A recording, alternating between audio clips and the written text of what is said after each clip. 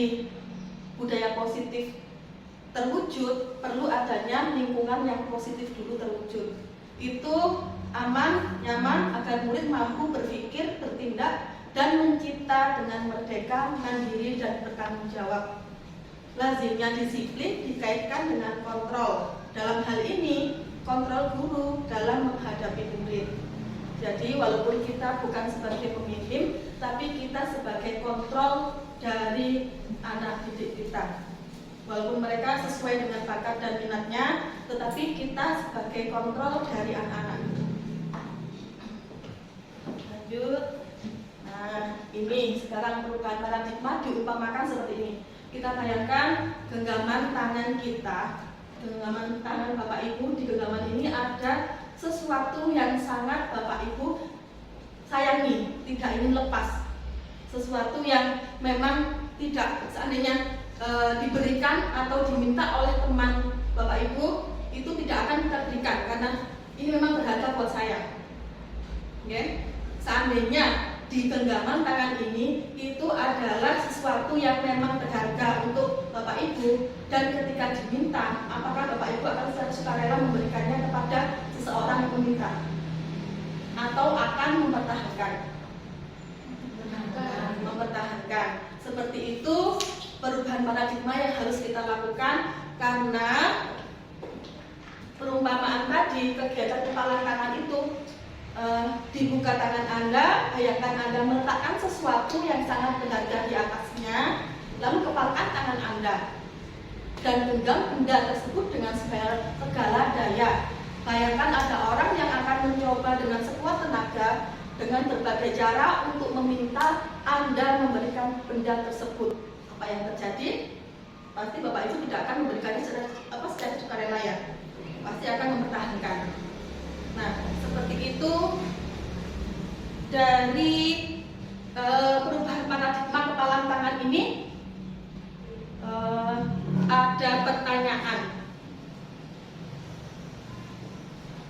dari perubahan yang seperti Bapak Ibu sampaikan tadi, jawab tadi, ketika sesuatu benda ada di kepalan tangan, Bapak Ibu tidak akan memberikan barang tersebut kepada seseorang yang meminta karena itu sangat berharga. Nah, sekarang pertanyaannya, siapakah yang sesungguhnya memegang kontrol yang menutup kepalan tangan atau yang berusaha dengan segala cara untuk membuka kepalan tangan tersebut? Jadi, siapa yang sesungguhnya ketika barang yang kita sayangi mau diminta seseorang tadi, ini bisa terambil oleh orang lain atau tidak? Siapa yang memegang kontrol tersebut? Ya, kita sendiri. Ya. Terus jawabannya tentu kita sendiri yang memegang kontrol atas kepalan tangan kita. Apakah kita membuka atau menutup kepalan tangan kita? Itu tergantung pada diri kita masing-masing sesuai dengan kebutuhan dasar kita saat ini. Nah, itu seperti contohnya seperti saya sendiri memegang kontrol ketika saya merasa memakai sepatu pantofel untuk melakukan perjalanan dari rumah ke sekolah cukup sulit deh, terlalu susah, mungkin tidak nyaman. Itu yang membuat saya merasa pakai sandal saja nggak apa-apa, tapi itu padahal sebetulnya melanggar peraturan karena berseragam tidak boleh memakai sandal. Berarti kan kontrolnya ada di diri kita sendiri. Nah, itu contoh yang pernah saya lakukan dan tidak boleh dicontoh. Menurut Dr. William Glasser, dalam kontrol teori dinamakan choice theory, meluruskan beberapa miskonsepsi tentang makna kontrol. Sekarang saya punya ilusi guru mengontrol murid. Ilusinya, pada dasarnya kita tidak dapat memaksa murid untuk berbuat sesuatu jikalau murid tersebut memilih untuk tidak melakukannya. Walaupun tampaknya guru sedang mengontrol perilaku murid, karena murid sedang mengizinkan dirinya dikontrol, saat itu bentuk kontrol guru menjadi kebutuhan dasar yang dipilih murid tersebut. Teori kontrol menyatakan bahwa semua perilaku memiliki tujuan, bahkan terhadap perilaku yang tidak disukai. Maksudnya di sini kita yang mengontrol anak-anak, karena anak-anak memang pada dasarnya merupakan selembar kertas putih yang sudah ada tulisannya samar-samar, bukan selembar kertas putih kosong, tetapi kertas putih itu memang sudah ada tulisan samar-samar. Itu menurut filosofi Ki Hajar Dewantara. Gitu ya. Maksudnya di situ anak-anak sudah ada bakat sendiri, tinggal orang tua dan gurunya yang menebalkan dengan tulisan yang bagus atau tulisan yang jelek. Seperti itu. Nah, kita sebagai guru, sebagai kontrol siswa kita, ini di sini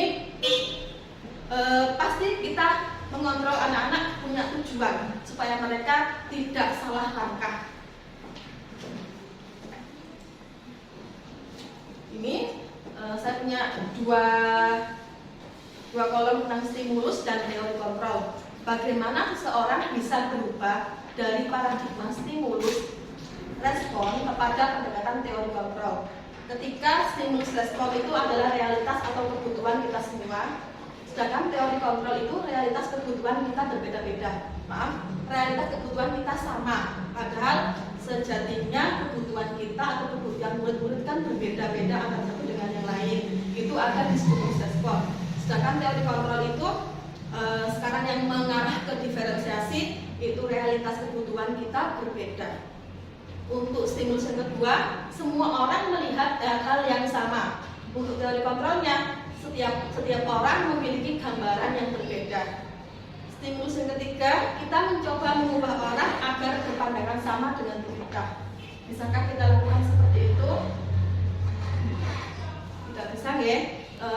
Kalau seperti itu kita enak, tidak akan ada ide-ide lain atau perbedaan pendapatnya. Kita mencoba mengubah orang lain, tapi orang lain itu langsung berpandangan sama dengan kita, itu kayaknya terlalu sulit, ya. Untuk teori kontrol ketiga, kita berusaha memahami pandangan orang lain tentang dunia mereka. Selanjutnya, untuk makna kata disiplin.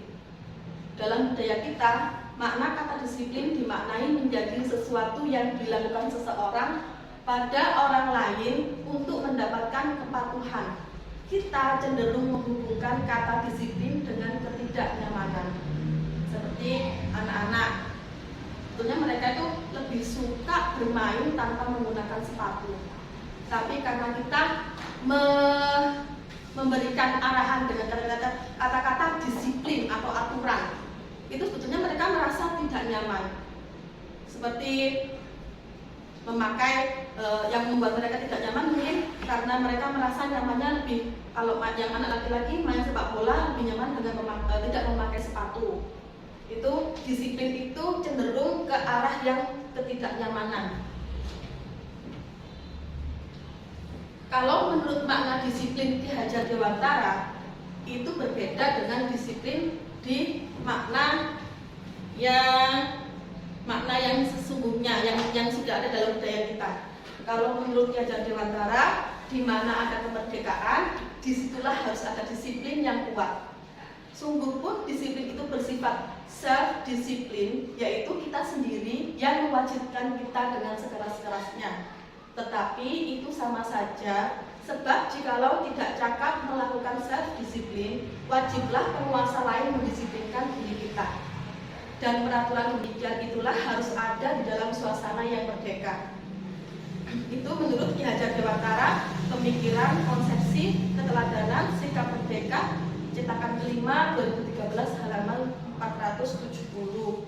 Maksudnya di sini sebetulnya kita bisa melaksanakan disiplin itu tadi mengacu pada genggaman tangan, yang mengontrol diri kita adalah diri kita sendiri. Itu di situ kalau kita sudah menyadari, saya mau disiplin untuk ke arah yang lebih baik, untuk terlihat rapi dengan memakai sepatu sesuai dengan aturan, dengan tidak memakai sandal waktu memakai seragam, itu adalah self disiplin. Untuk yang mengontrolkan kita sendiri, yang bisa mengontrol diri kita adalah kita sendiri. Itu maksudnya seperti itu yang makna disiplin dari Ki Hajar Dewantara. Terus untuk menciptakan ke anak didik kita, untuk menciptakan menciptakan murid yang merdeka, syarat utamanya adalah harus ada disiplin yang kuat. Disiplin yang dimaksud adalah disiplin diri yang memiliki motivasi internal. Jika kita tidak memiliki motivasi internal, maka kita memerlukan pihak lain untuk mendisiplinkan kita atau motivasi eksternal, karena berasal dari luar, bukan dari dalam.